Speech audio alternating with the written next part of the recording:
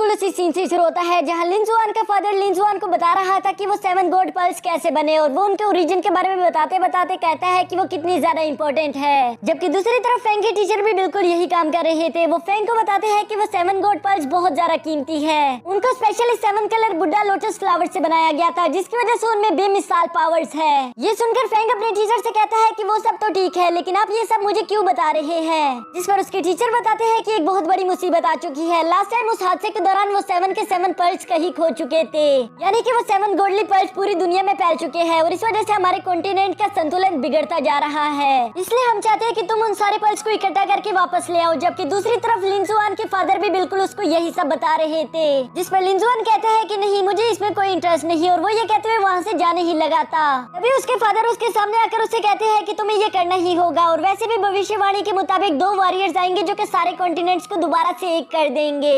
मुझे पूरा यकीन है कि तुम उन 2 वॉरियर्स में एक हो और मैं चाहता हूँ कि तुम ये काम मेरे लिए जरूर करो, वरना मैजिक डोमेन वाले लोग अपने ही लोगों को वहाँ पर बेचकर ये काम पूरा करवा देंगे जिसके बाद वो लोग बेमिसाल पावर्स के मालिक बन जाएंगे और मैं नहीं चाहता कि उन पावरफुल पल्स की वजह से हम लोगों को फाइट करनी पड़े।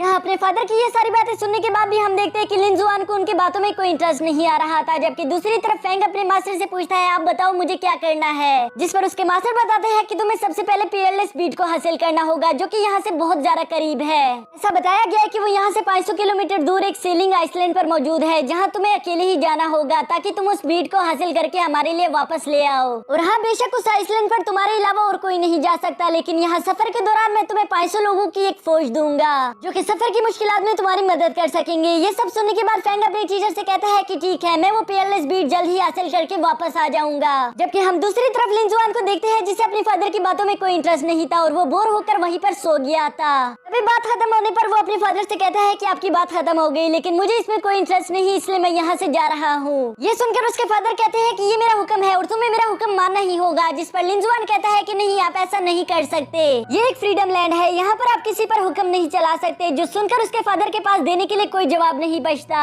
तभी अचानक उनके दिमाग में एक शैतानी आइडिया आता है जिस पर वो कहते हैं कि ठीक है, अगर तुम यहाँ से जाना चाहते हो तो चले जाओ, लेकिन अब मेरे पास भी और कोई रास्ता नहीं बचा। वैसे भी तुम्हारी माँ कह रही थी कि हमारा बेटा काफी बड़ा हो चुका है, इसलिए हमें इसकी जल्द से जल्द शादी करवा देनी चाहिए। पहले तो मैंने उन्हें मना कर दिया था कि हमारा बेटा बहुत छोटा है और हमें उसे कुछ वक्त की आजादी दे देनी चाहिए, लेकिन मुझे अब लगता है कि वो बिल्कुल ठीक कह रही थी क्योंकि तुम तो वैसे भी मेरी कोई बात नहीं मानते, इसलिए तुम्हारी शादी करवाना ही बेहतर है। अपने फादर की ये बात सुनते ही हम देखते हैं कि लिंजुआन फौरन से उनके चरणों में गिर गया था और वो उनसे माफी मांगते हुए कहता है कि मैं ये काम जरूर करूंगा पर प्लीज मेरी शादी मत करवाना।